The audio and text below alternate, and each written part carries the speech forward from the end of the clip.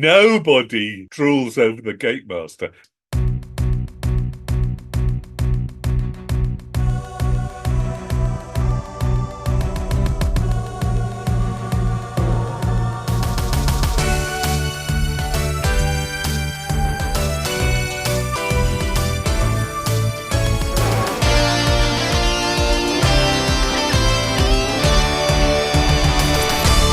Welcome, listeners of Illusion to Temporal Discussion, the episode-by-episode Nightmare Retrospective podcast. I'm Martin Harder. And I'm Martin O'Doney, and I have bags of pluck. And today we're very happy to have Nightmare actor Michael Cule with us. Michael, as I'm sure you all know, played many roles in the show, but probably most notably Brother Mace and Fatilla. And of course, is it the Gate Master or the Gatekeeper? Master. Oh, the Lord, it's Master. so long ago. Yeah. Scholars in future generations will get PhDs deciding which one it was. There was a board game called Nightmare at the time, but made in Australia. It was released over here as Atmosphere, and that had the Gatekeeper in it. And I think that's the cause of confusion. I actually have Atmosphere dice with the Gatekeeper in them. Oh, Oh my goodness. that's rare treasure. Not jealous. There was a re-release recently that was funded on Kickstarter, so that was one of the perks. Anyway, I'm super excited today because this is kind of one of those points where two of my major fandoms have crossed over a little bit. Oh, aye. Michael, I'd like to ask you something, if that's all right. And you can ask me almost anything, as long as you accept that I don't know or I won't answer are valid answers. Go on, what's your question? I just want to check. Da-da-da-da. Does that inspire anything in you? No, not really. It was a long time ago, and I was covered in green foam rubber at the time. You played a Vogon guard in the TV series of The Hitchhiker's Guide to the Galaxy. Yeah, I was there. That was me. Resistance is useless! Yeah, but, I mean, come on now, look! Oh, stop it, you beast! Look, there's music and art and things to tell you about yet. I think I'd better just stick to what I know. Thanks for taking an interest. I've got a headache. I don't want to go to heaven with a headache. I'd be all cross and wouldn't enjoy it. No, listen. Look, there's a whole world. We know nothing about it. Now listen, how about this? Da, da, da, da. Doesn't that stir anything in you? No. Well, now, I'll tell my aunt what you said. Potentially bright lad, I thought.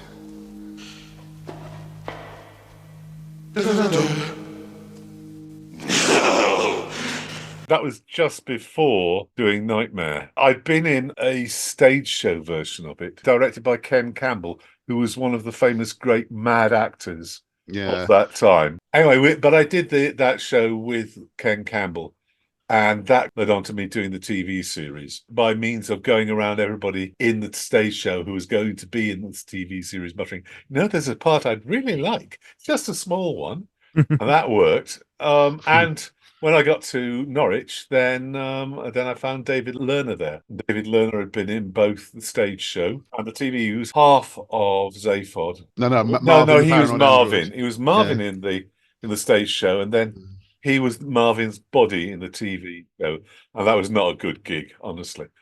Being locked up in a tin box for several months. In a roundabout way, you actually feature into one of my other fandoms as well, because as an autistic person, one of my special interests is broadcast signal intrusions. And one of the more famous ones was someone interrupting CBS dressed as Max Headroom. So in a roundabout way, you kind of fit into that as well, because you were in the Max Headroom movie, weren't you? Yeah. At one time, I was considering adding Explodes Well to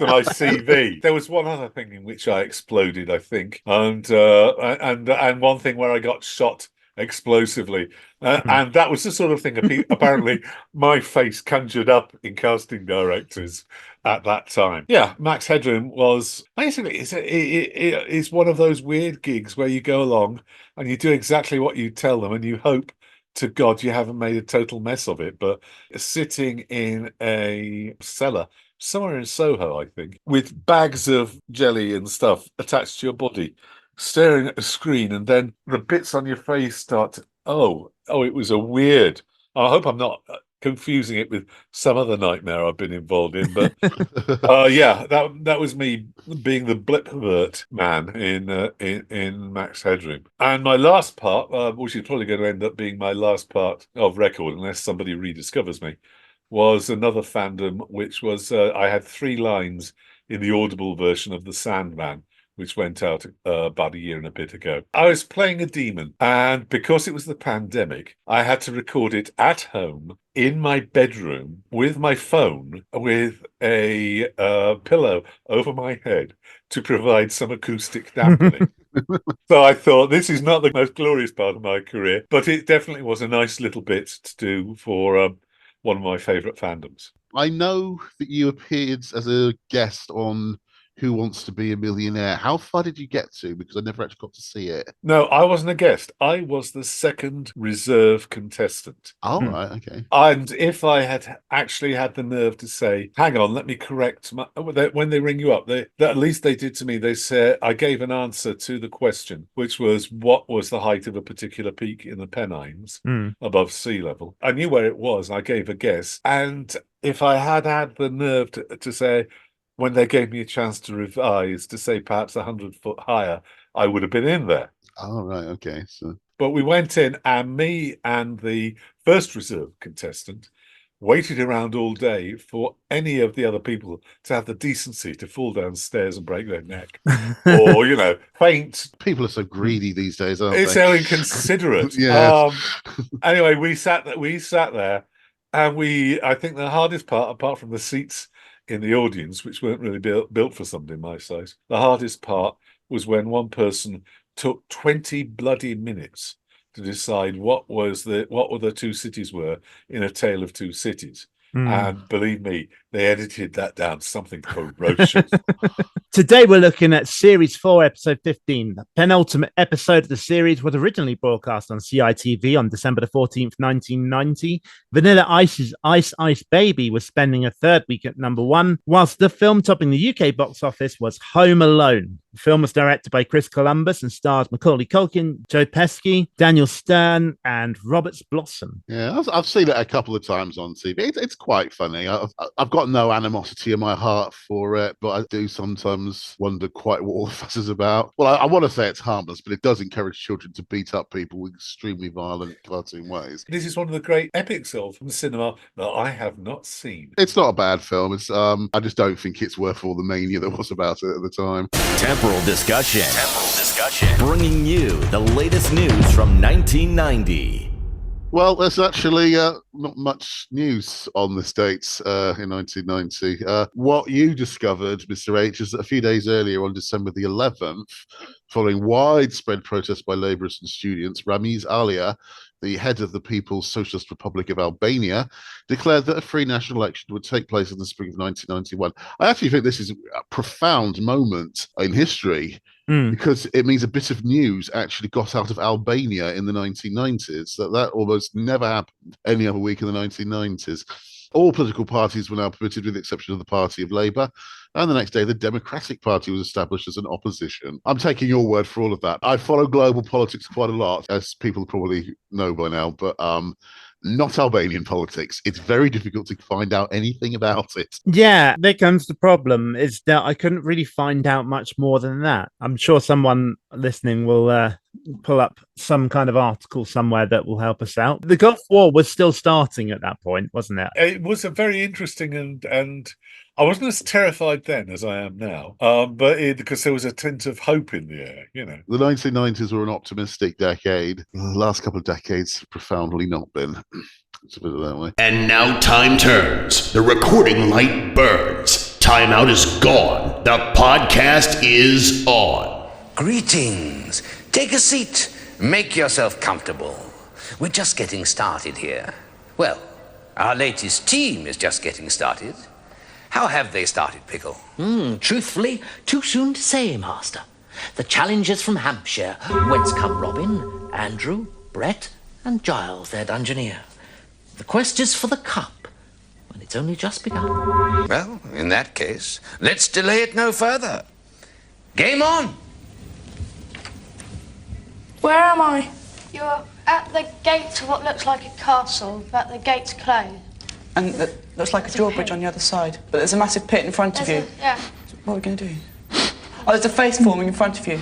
A face? Yeah. Oh dear. This is a spellbound door. It's been locked with lies and can only be opened with the truth. Her name, I'm afraid, is Doris. I think you'll agree it suits her. Pickle, perhaps you'll explain the incantation?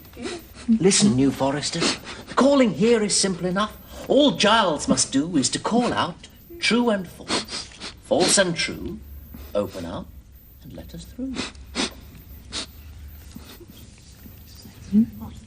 Right, Giles, shout out true and false. True and false. False and true. False and true. Open the door. Open the door. And let us through. And let us through. It's crying. Oh dear. Oh dear. I hear. We rejoin Giles and his advisors, Robin, Andrew, and Brett, as they enter Doris's courtyard.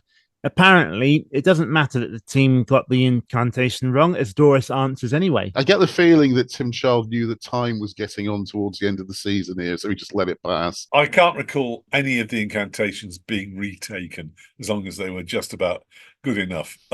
Pickle was there to nudge them if they fudged it totally. The questions are as follows. Gravity was discovered with the aid of a plum.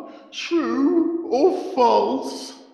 And of course, the answer is false. The accepted version is that it was discovered with the aid of an apple. There is a little bit of a change to, the myth is a little bit different, because whilst falling fruit is mentioned in the widely accepted account of Isaac Newton's discovery of gravity, it doesn't fall on his head. What Newton did was figure out why gravity happens. Alexander the Great solved a knotty problem with a sword. True or false? They answer false, but according to the legend, the answer is actually true. The severing of the Gordian knot is an ancient Greek tale linked with Alexander the Great in Gordium, word that I can't pronounce. Phrygia. It's basically our relationship. I mispronounce something horribly and he corrects me. Well, you've got to have somebody to do that for you. Who does it for him? Nobody. I just have to be perfect. Supposedly, whoever could untie the knot would have authority over all of Asia. And in 333 BC, Alexander was challenged to untie the knot. Instead of untangling it laboriously as predicted, he spectacularly sliced through it with his sword, demonstrating yet another type of mental talent. I think you mispronounced the word cheating. It's a bit like Indiana Jones when he's just going to get into this massive fight with this guy and he just pulls out a gun. The knot is no longer done up. What more can you say? If it doesn't undo, normally hit it with something sharp. Yeah. I suppose it does count, but I'm not sure how imaginative it is. I think it's a bit too, I don't know, it may not have been too classical a reference for school kids in the 90s. It probably certainly is now. Orion's belt has 3 stars. True or false? They answer true, and of course the answer is true. Orion's belt, also referred to as the 3 Kings or 3 Sisters, is a line of stars located in the constellation of Orion. Do you know what the names of the stars are, though? Well, yes, because you've written them down on the script right in front of me. Yeah, so I was hoping to get you to pronounce them. Oh, I see. It's one of those ones there.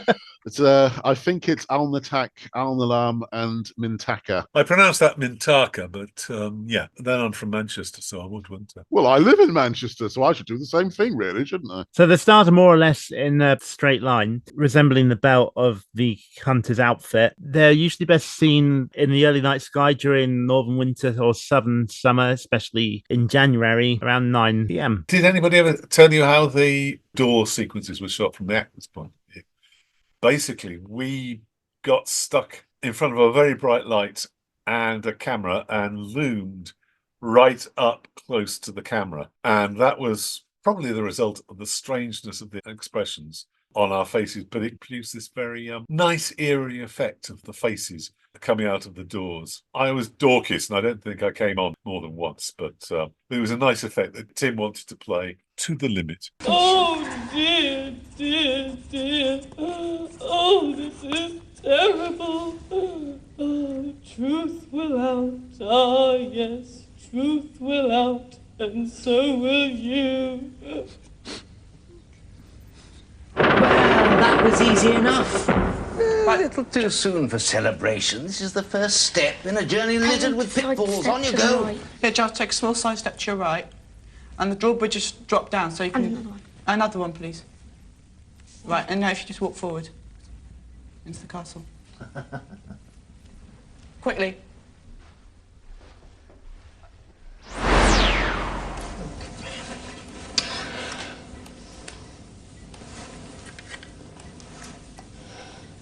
Where am I? You're in a large room. To the front of the room looks like a fireplace. And to the left of you there's two people that look like old ladies. And they're No visitors! The sign says the condemned man gets no visitors! What's more, he ain't gonna get no hearty meal! In the Eye Shield room today are two figures, an old man with his feet in stocks and an old woman giving him water. The woman is Mistress Goody, played by Erin Garrity. She berates the Dungeoneer for entering the room, claiming that the condemned man gets no visitors, before snatching the cup of water out of the man's hands next to him quickly. During the close-up, we can see that the old man is none other than Merlin. There's a table on the far right of the room, upon which there is an object covered with a cloth. The team guide Giles over to the table, but Tragar tells them to wait and listen to what Merlin has to say. Have pity, pity, a poor prisoner unjustly held. Have pity. Giles, there's a prisoner locked in some stocks. If you could turn right round to face him. That's right. If you could walk forwards, walk up to him, and he's locked in chains. Can you undo them? Have pity, while a prisoner in this place, they hold both mind and body here. While a prisoner in this place, I know not even my own name. One thing I do know, the key is iron. And once it is found, this place and its prisoner may be called upon, even into the lowest levels. Do you mean to help me? Say yes, Giles. Yes. This is a bit odd and a little bit hard, I think, for the team to pick up on, but they're setting up for a meeting much later in the quest. It usually did, the scene in most quests. It was sort of set up for a reward early in level 3. What does it say about the morals of these advisors, by the way, that they treat the OAP stuck in a torture device as a complete afterthought? It's classic FRP. Fantasy role-playing behaviour. Go and get the stuff first. Deal with the people later. Now we come to the bit I think I may have misunderstood. So basically, Merlin has asked Giles to find an iron key, which, when discovered, will magically unlock his chains and transport him to Giles's location. That's what I understood from watching this. But I went on to watch the next episode, and they actually had to call him once they got the key. I don't know. It could have been a fluff. On the other hand, 3 instructions at once. Find the key. It will bring me to you. And you have to call my name. Yes. I don't think they've gotten onto his name. No, I don't think so either, but they know it in the next episode. They may just have realised after the scene was over who it was, because it's not exactly an unfamiliar figure. Maybe, but there's also sometimes during the repeats, Challenge have been known to cut things that actually turned out to be quite important. It's far too long ago for me to remember what actually happened. Of course. But yeah, things got fudged. Part of the reason for Trigard and his little helper is so that things can be fudged when they have to be. For an actor, you are given these great, especially when you've got quests to hang out and instructions to give, you've got this great big wodge of information and data that Tim wants you to memorize and wants you to deliver perfectly. And you've also got doing your character with not a lot of rehearsal and dealing with the Dungeoneer and reacting to them and bringing them into the conversation. That's about 4 balls you're juggling in the air, and some of them get dropped. But that's why there's very, very little rehearsal, because if you've rehearsed it too much, as soon as a Dungeoneer strays from what you're supposed to be doing, you're probably going to be thrown. You need to have a bit of extra freedom from being too well prepared. Yeah, and by the end of the season, you're starting to get the hang of that, but still, you're going to drop balls. And as I say,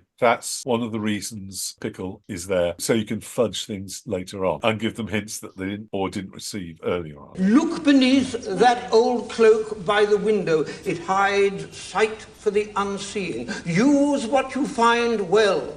But hurry, my time here is not long. Giles picks up the shield and puts it on, just tough Mistress Goody to return. You notice Treguard standing all shocked that they find the eye shield in the exact same room every previous Dungeoneer has found it in. Stop it, Season 4. We all lost the ability to pretend anything different was happening about 2 months ago. Goody chases Giles out with her broom. No thanks to some quite awful manoeuvring by the advisors. To be fair, they might be panicking due to Goody looking poised to hit him with the mouse pointer broomstick. Do you remember Erin at all, Michael? My excuse at this late date is that, apart from David, I've never met any of them again. And mostly the way the production was running, we didn't work together. There was one main actor in the scene, maybe some people hanging around to do extra work in the background. And I didn't socialise much with any of them. I remember some of them better than others. And apart from David, I never came across any of them again. So my memory is full of the junk of a career trying to be an actor, and therefore has no room for details. That's why actors go around calling everybody darling. So that we don't have to remember who they actually are. Ah, darling, it's wonderful to see you again. Turn around. Just turn around to your right. Again. Right, stop. Walk forwards. Walk forward, quickly. And hold up the eye shield. Sidestep right. Ah, it sees, Master, it sees. Giles, you're walking along this path. In the forest.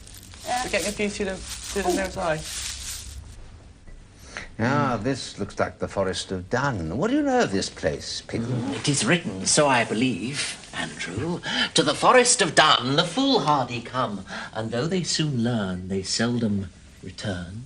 It's the same forest path as usual, with the same wolf sound effects. There's not really much to say that we haven't said about this a million times, unfortunately. Sounds like a wolf.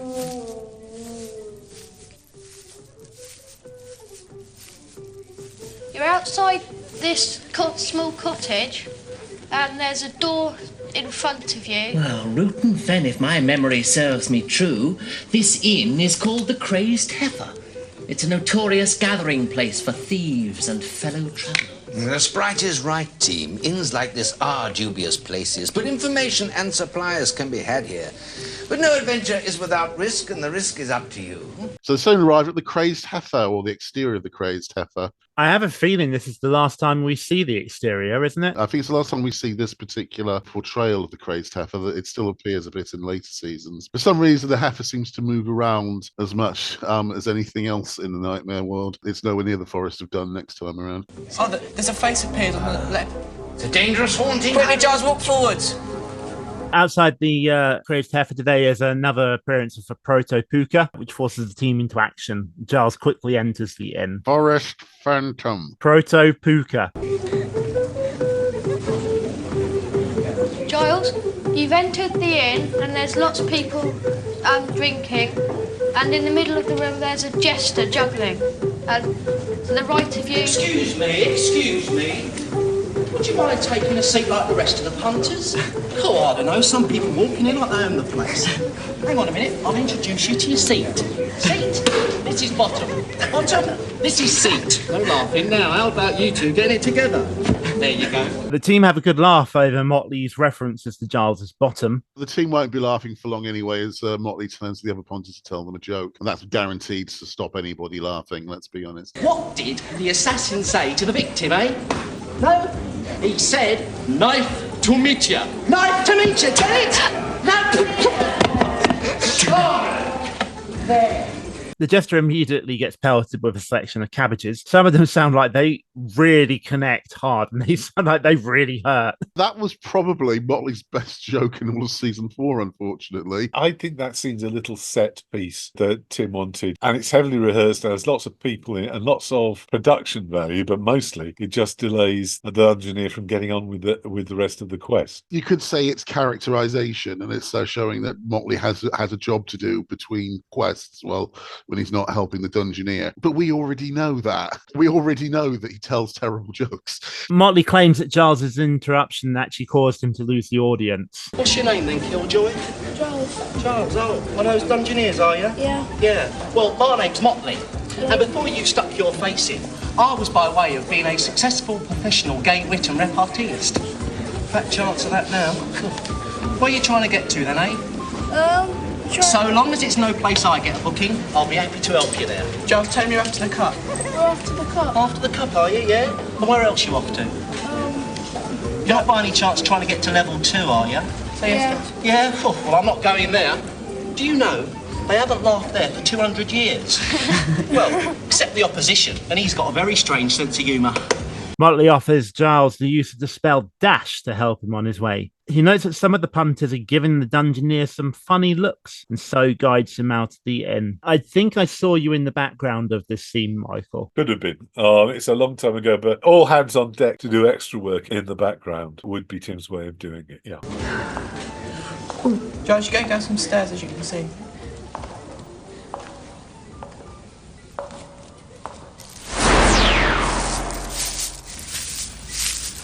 Giles, you're walking Goblin through... hunting party. How far away do you reckon, Pickle? Well, they're closing fast, Master, and they have the scent. Giles is going to be trapped. Cast the spell. Spellcasting. Dash. D-A-S-H. It works.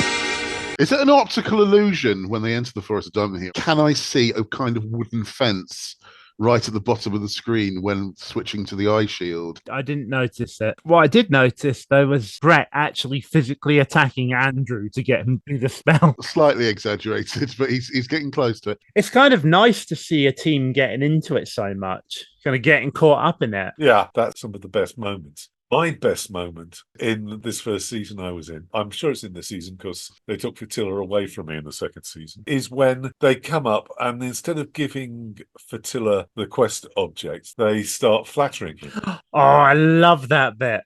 That was totally unexpected. And I'm getting Tim in my earpiece saying, go for it, go for it, go for it. And I could ham it up no end. And they played it out beautifully, especially the Dungeoneer. And said, no, you are far too wonderful and for me to give you anything. Oh, so that was actually improvised. What was scripted was him giving me one of the quest items. I forget which. I think it was a gold bar that he had that he was supposed to give me. And instead, one of the team said, tell him you don't have anything suitable for somebody as wonderful as he is. We were discussing Dickens' team a couple of episodes ago and saying how good they were at talking their way around the known player characters. And we did mention, I imagine a lot of the actors would love it if more Dungeoneers would conduct themselves that way. Well, I felt that way. I'm not sure all Dungeoneers would find it that way, but a lot of Dungeoneers are nervous. They've been hoodwinked. They've got a reversed helmet on their head, a bloody great shield on their arm, and they've only got their hand and their voice they can do anything with. They're reliant upon other people and they can be very scared. But on the other hand, if they can play along with the fiction of the quest and can come up with something appropriate, that's beautiful. Those were the best moments, and they were few and far between. But sometimes you got precocious teams who had an idea and did something. That is a really, really interesting angle, that, because I'd never had any idea that was just basically just made up off the top of their heads. Go back and look at it. The idea comes out of the team in the studio with Trigard. Go, Giles, go! Just hope we haven't wasted it. Quickly, keep going. What's the portal? Goblins. So anyway, the spell works, and then it causes somebody in the studio to press fast forward on the VCR, and the footage very obviously moves faster as usual. We're then shown a clearing with goblins wandering around aimlessly, having lost their prey because the Dungeoneer has disappeared through the portal. This confuses the team a bit, doesn't it? They think it's the next, and it is a little bit confusing the way it's slotted in. Yeah, it could have been the next clearing that they were about to arrive in. But no, it was the one they just left. Well, you seem to have lost the goblins. At least they seem to have lost you.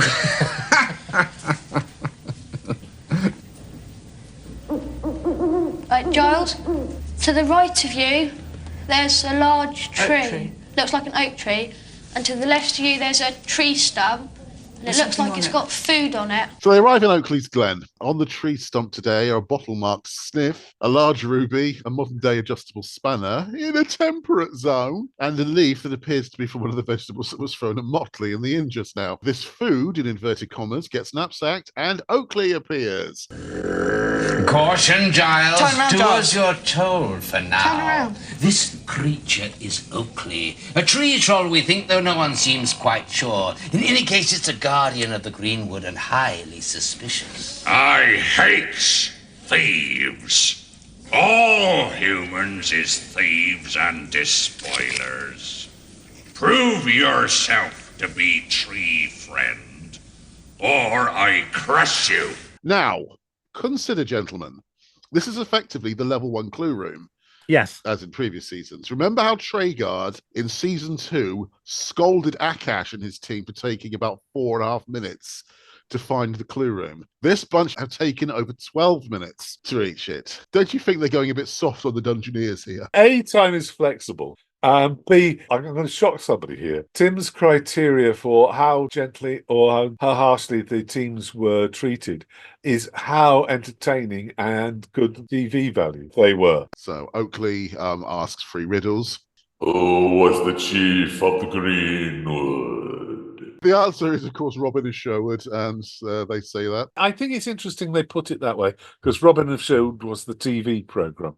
And they don't say Robin Hood, they say Robin of Sherwood. I think that would be fresher in their minds at the time. Yeah, it's actually technically wrong. It's actually Robin of Locksley. It depends on which version of the legends you go for. I think the of Locksley is a later accretion to the legendary. Robin Hood was a famous heroic outlaw who was first depicted in English folklore and later appeared in literature, drama, and film. According to mythology, he was an expert archer and swordsman, and in some versions of the legend, he is shown as a nobleman, and in recent retellings, such as the Mel Brooks version, let's face it, you gotta be a man to wear tights. He's sometimes depicted as having fought in the Crusades before returning to England to discover his properties confiscated by the sheriff. He's traditionally represented as wearing Lincoln green, and is claimed to have stolen from the rich to give to the needy. Retellings, additions, and adaptations have resulted in familiar Robin Hood characters. These include his love interest Maid Marian, his band of outlaws, the Merry Men, and the main rival, the Sheriff of Nottingham. The sheriff is frequently represented as supporting Prince John and overthrowing the legitimate but absent King Richard, to whom Robin Hood remains faithful. He became a popular folk hero in the late Middle Ages, and his support for the ordinary people and hostility to the sheriff are among the legend's oldest known features, while his political concerns and setting during the Angevin era emerged in subsequent decades.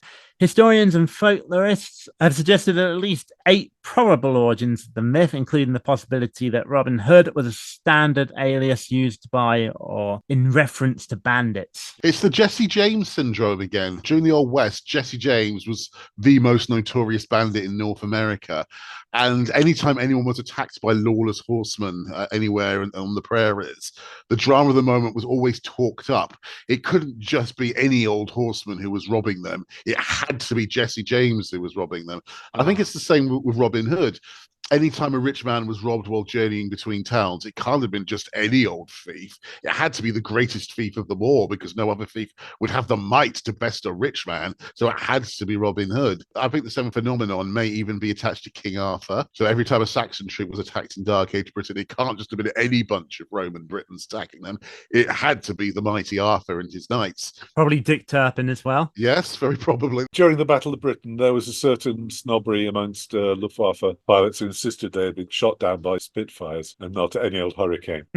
Some aspects of Robin Hood are clearly nonsense, if we accept that he was a contemporary of Richard the Lionheart. That includes the idea that a Franciscan friar would be one of the Merry Men, as friars weren't established in England until the late reign of Henry III. And on that subject, I'm very sorry, Michael.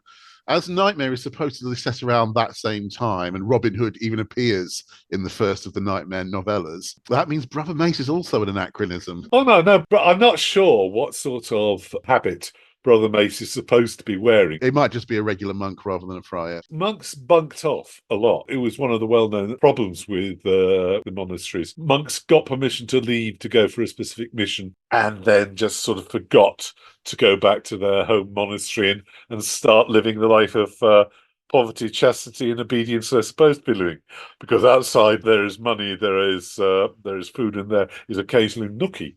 So they just didn't go back, and I'm not saying that was part of Brother Mace's. I defy any Puritan to suggest that the Catholic Church had a problem with corruption or sleaze or anything like that. They had no difficulty making those accusations, and some Catholics made those accusations as well. True. A monk who is a holy person, but he isn't part of your village, but he hangs around and absorbs food and goods and doesn't do anybody any good, Yeah, that's a pain. Yeah, basically. Let me just say that Brother Mace is, if a little indulgent on the gluttonous and drinking side, is a good chap, really. Yeah, he's a kind soul. They got the riddle right. It was Robin of Locksley or Sherwood.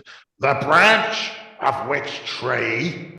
The branch of which tree? I don't know why I said that in an Australian accent. Let me start again. I thought it was Canadian myself. Take a deep breath. Try again. Oh, it was. Oh, well, thank God. That's all right then.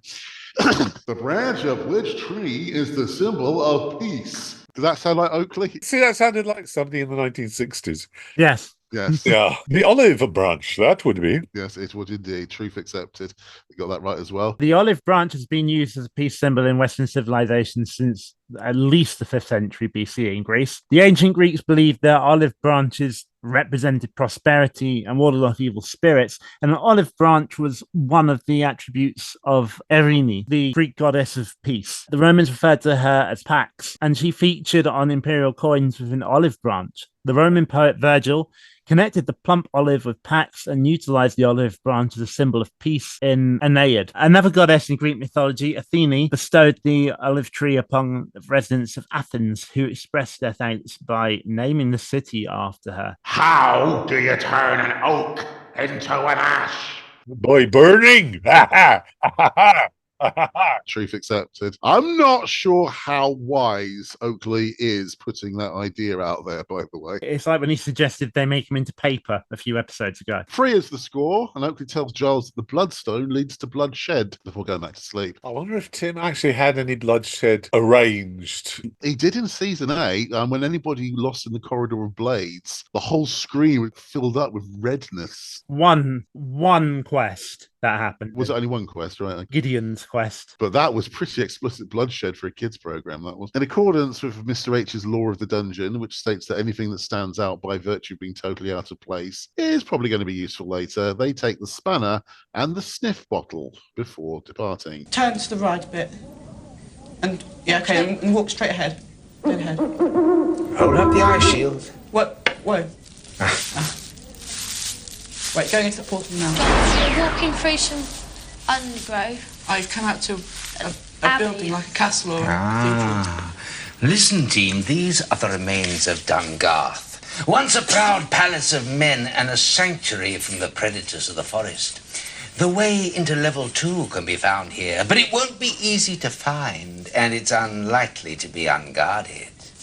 They're now on the approach to Dungarth as they get through the portal. The team at this point don't seem to have worked out yet that they don't actually control the direction that you can walk in on the VT footage. They're not a bad team, but they seem to think they are literally seeing a live feed being broadcast to them from the eye of the shield. That's the sort of immersion that you should expect from A, kids, and B, enthusiastic gamers. You know, we're not all urban sophisticates like you, mate. Well, that will be very true. I am one of the most magnificent people in the world. Thank you very much. My lawyers will be around for the copyright violation later on. You're inside the Abbey type place now, and there's somebody on the floor. Drink from a buttercup, dance upon a daisy, slip upon a cow, slip and lie there if you're lazy. Oh, I say. Well, you really shouldn't creep up on people like that, you know. Well, not unless you're an assassin. I don't really regard that as a due course. Giles has arrived at the gates of Dungarth. Melisandre is sitting on the floor making a daisy chain, and after she greets the dungeoneer, Giles asks her if she knows the way to level 2. She tells him to go straight ahead, then through the portal of darkness, turn right, then right again, through the door, then left, until he comes to a door that isn't locked but isn't open. I'm pretty sure that Melisandre is the person that I stopped to ask directions from on any village I've never visited before. Team are like furiously trying to remember this, and then it turns out that 90% of it is eye shield footage. Melly spots an assassin approaching and sends Giles on his way, and that's pretty much that scene done. Except to say, again, Advisor Brett is so expressive throughout this episode. And it's likeable, isn't it? When the assassin comes on.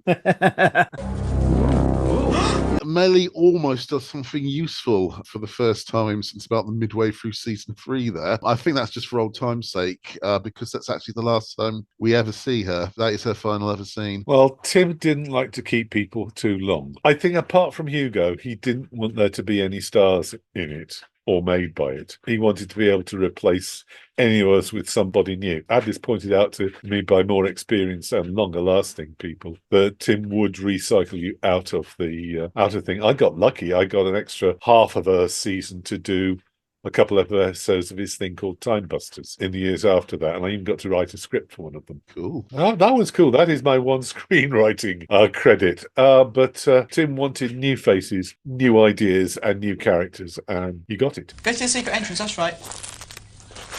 And turn right. Right, Giles. Giles, stop. Stop there, Giles. You're in this, like, passageway thing, and to the left of you there's an old lady sitting on a chair, and in front of you there's a tunnel continues. Moving corridor, it looks like moving floor. Hello, darling. Got your beer then, have you? Well, you got to have the price of a ticket if you're off on your travels, didn't you? Passive path appeared to take Giles along the route that Melisandre described, in which case they didn't really need the instructions from her. No. And Giles has been deposited at the entrance of the conveyor corridor. Mistress Goody is back. This is the only time she appeared twice in the same quest. And she asked Giles for payment. You get the impression that Clifford Norgate wasn't available. It's an interesting reversal of attitude from Goody here. She was calling him a dirty boy at the start of level 1, but now she addresses him as darling. She's forgotten his name. She checks out what Giles is carrying, but doesn't seem terribly interested. She asks Giles where he's off to, and he says he's on his way to level 2. That's what you think, kid. Hostess with the leastest, by the way. Goody really doesn't know when she's being insulted, does she? He kind of fits here because she doesn't really do anything. Yeah. Does she actually take anything off him? No. Then what the hell is she there for? Well, we're asking that about every single scene she appears in, unfortunately. She just doesn't seem to have any function except to carry the broom around. She's played perfectly well by Erin Garrity. She does a perfectly good job. There's just nothing for her to do. There's just no function for her. We just don't know what she's doing there. I think they needed the episode to go on for a couple more seconds, maybe. So they put her in to pad it out a little bit. I do feel sorry for Erin Garrity. I don't see what she did wrong to be given such a useless role. We managed to make some use for her in the audio plays, though, or at least in one of them. Okay. Right, he's stepping onto the moving... Dear master, I knew they shouldn't have trusted that crone, which is always take you for a ride, and she certainly has. I'm not so sure, Pickle. Now, don't panic, team. Just think. This contraption is obviously powered by some sort of machinery, and you need to stop it working. How can you do that?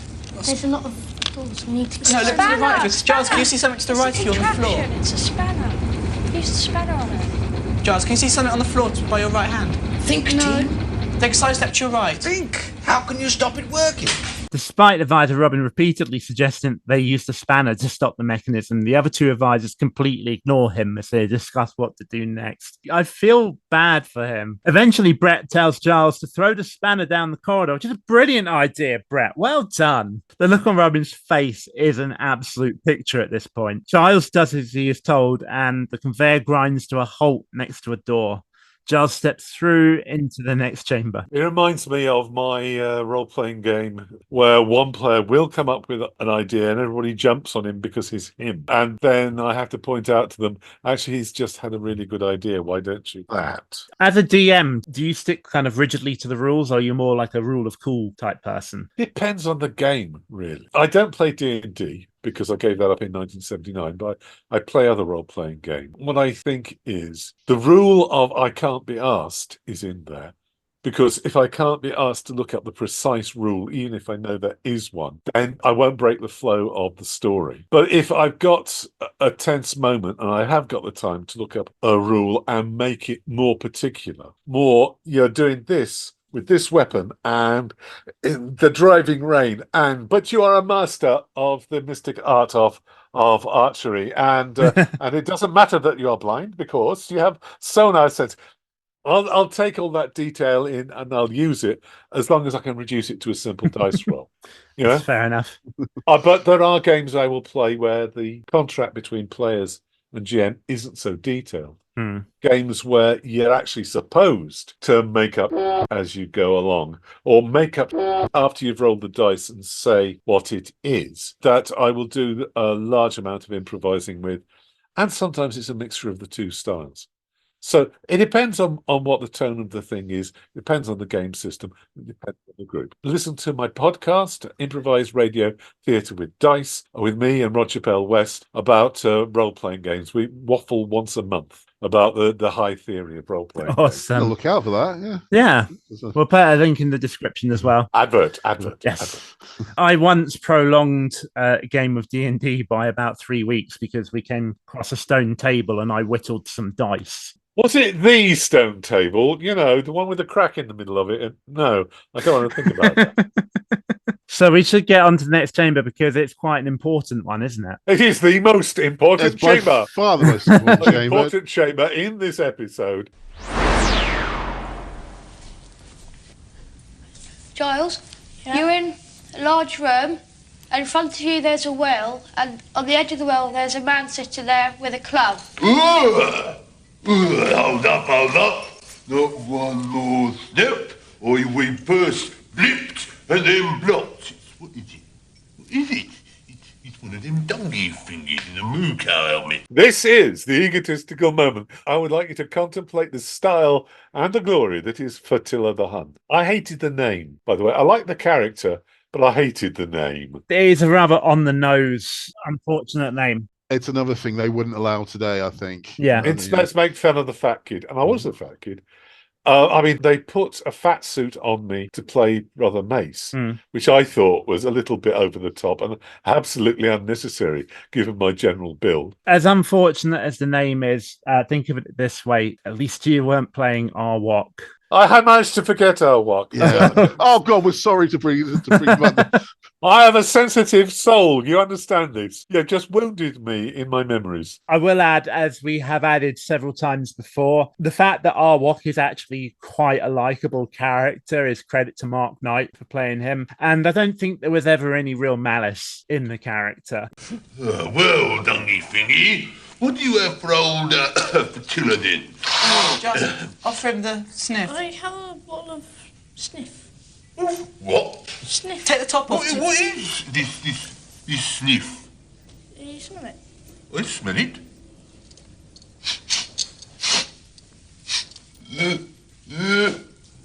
Quickly, Giles, climb in the well. This worse than anything. This worse than me.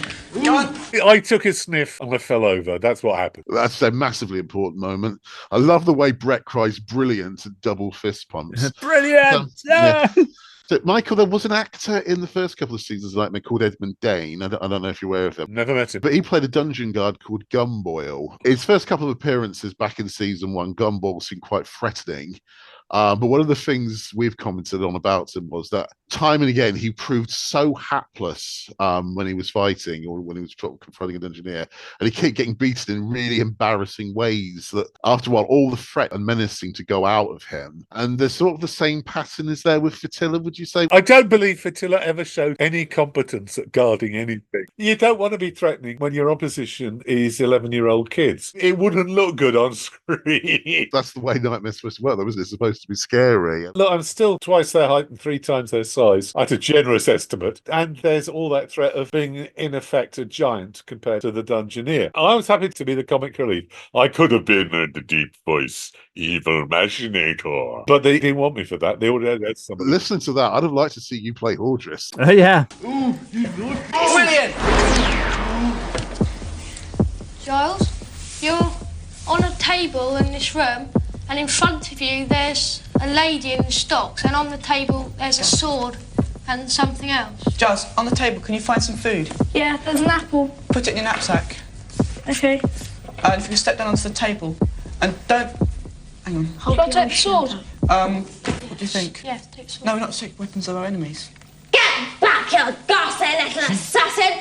Come on and reach at me, you cowardly backstabber, and I'll pull your gizzard out and make something pretty useful out of it. After I've cured it, to stop it nipping. Go on, push off. Giles has landed on the table in the regular level 2 starting room. Gundrada's in the pillory, and it's pretty clear she's not in the best of moods. The cameras really shouldn't zoom in quite so closely on Samantha Perkins when she's in the pillory, because she keeps wriggling around, and that makes her lift the upper bar, showing it hasn't really been locked. Yeah, and it's quite clear. You can see she can actually fit her head through that hole as well. Giles offers to help, but she tells him she doesn't want help from an assassin. Yet when Giles explains he's a Dungeoneer, her entire demeanor softens. She introduces herself as Gundrada and says she will help Giles out if he frees her. Again, doesn't she sound like Queenie from Blackadder 2? That's what we all said, and we all said, oh, she's going to get sued. You can't copyright a characterization, but yes, it is the jolly hockey sticks, Queen Elizabeth. Michael, maybe you can answer a question that we've had for a while. The speech impediment, was it put on for Gundrada? I think you will find that Fatilla the Hun also had that slight tendency towards that form of no. As far as I know, look at Sam doing her other roles. I've heard you praise her doing Malice, and I think you must assume that anything an actor does that doesn't embarrass him unintentionally is done for effect. People will take their own difficulties and use them and exaggerate them, but as far as I know, that's a mask Sam is wearing. As Pickle hears footsteps in the distance, Giles takes it upon himself to free her. Soon after he does so, a large knight stomps into view. We've referred to this in the past as a behemoth. Gundrada refers to it as a fright knight. The problem is that in season 5, there's a strange computer-generated sort of armoured character called the Fright Knights, which seem to be a sort of bodyguard for Lord Thea. Yeah, well, I think Tim had names and ideas, and he had effects he could afford, and he joined them together as best he could. Gundrada refers to it as a fright knight, but it doesn't resemble the ghostly warriors that later roam Lord Fear's domain. She begins to fight the knight off as Giles makes his escape. Midway through the passive path, Time turns, Master, it turns. Too late, Pickle. It's turned. The last temporal disruption, I fear, for the next signals a somewhat longer delay. This team will need to hurry if their challenge is to succeed. And as for you lot, hurry back. You wouldn't want to miss the denouement, would you now? the credits roll over footage of a lake with a castle ruins in the background. I think this is Leeds Castle, but I'm not positive. Jake, I'm sure you're going to let me know. Taking the episode as a whole, it's a bit staid again, isn't it? Nothing new really to speak of, unless you count the Fright Nights, which, as we said, is really just the behemoth from season 3. Even the Inn and the Forest Phantom by now are becoming same old rather quickly. Giles' team I've spoken quite highly of in the past, but on reflection, I've realised that's more for reasons of sympathy that, spoiler alert, they wouldn't be allowed to finish their quest. Watching them here, they really aren't very good at all. I don't think they're particularly bad. They're fun, but they do seem to be asleep quite a bit and then sort of have a sudden surges of adrenaline. It's entertaining to watch, don't get me wrong, but they're not a great team. I used to think they were very unlucky not to win, but nowadays I think they're a bit lucky to get to level 3. I think they were unlucky that they didn't get the chance to go any further. Yeah. I don't think they would have got much further. No, I don't know. I don't think they would have won. Yeah. Motley remains an annoyance, though. Melly a hindrance. Fatilla gets a cough and a spit in this. Maybe if these scenes was a bit longer, we'd get more out of it. I don't know. Yeah, but it was just, give me that. No, I don't want it. Here, sniff that, fall over. Yeah. A lot of my favourite scenes with Fatilla, maybe favourite for the wrong reasons, but any time that he throws his club or bangs his club against his knee and it bounces and you can tell it's like clearly a foam. You can hear the plastic. Oh, they didn't trust me with real weapons. It would have been health and safety, fellas. Really. Gundrada remains good fun, but I still think Samantha's best role is definitely Malice, and she ain't in this one, is she? Nothing actually offensive about the episode, to be fair. But there's no great hook to it either. It ticks along. It ticks along, yeah. If you've enjoyed the podcast, please give us a rating and review on your platform of choice. It really helps us to grow our audience by reaching others who might be interested. You can follow us on Twitter. We're at NightmarePod, and our Mastodon is topspicy.social/@ Nightmare Pod. Yes, that other site you've been going to, we're not on that. And also, you sick people. You can follow us. We've done that. If I said that, I'd be getting a telling off right now. I always get the blame for these things, Michael. You see, it's really him. I can't think why. If you want to support the podcast, we're Nightmare Pod on Patreon. Speaking of Patreon, here's a shout out to Keepers of the Book of Quests, David N. Rabbit, Paul McIntosh, Peter Polsford, and Scott Evans. Advisors Benjamin Bloom, David Thompson, Kim Harder, which is a silly surname, Peter Sidon, Paul Craddy, Lord Entropy, where the O is a 0, and I've asked, he likes that pronunciation, by the way, and Stephen Whalen. And let's not forget Dungeoneers, Peter Courage, and Adam Battersby. Support us on Patreon at Dungeoneer level or above to get your name mentioned in the podcast. Higher level perks also receive merchandise, have access to exclusive episodes, and if you pledge as a keeper of the Book of Quests, we'll even offer you the chance to be a guest on the podcast. Our website is nightmarepod.co.uk because we are a pair of unimaginative gits. If you're looking for temporal discussion merchandise, including t-shirts, stickers, and other products, it's at nightmarepod.redbubble.com. You can email us at podcast@nightmarepod.co.uk. And just keep telling yourself, it's only a podcast, isn't it?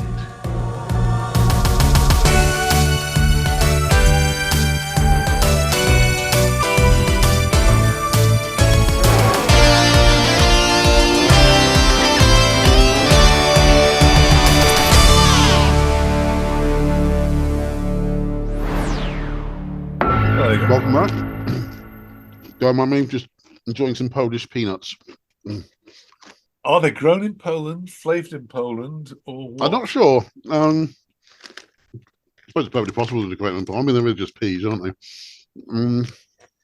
Nuts. You can't grow them everywhere, and you can't grow them in Tanganyika. Okay. Well, there's a Polish supermarket down the road from me that I get them from. So. All right. It's peanuts a la Polska. Yes. Polska. Precisely. Yeah. What's the French for a la? The French don't have. I don't know. The French don't adopt foreign phrases, but they give the strong impression that they do not use other people's languages. Although in recent generations, they've started using the term "le weekend," so they're not. C'est magnifique. N'est-ce pas? Lots of things. They have the same amount of drift, but English, due to its peculiar history, will steal any word from anybody and then mispronounce it and turn it into something else. I mean, chutney is not the same thing as chutney, true, and kitchery is not the same thing as kedgeree. And there's a whole dozen other. I think I've got a book somewhere about Indian, Hindu, and then the police arrested. Then the police arrested Mr. H when they found it was a carrot that he'd been using. Oh, hello, welcome back, Mr. H. Hello.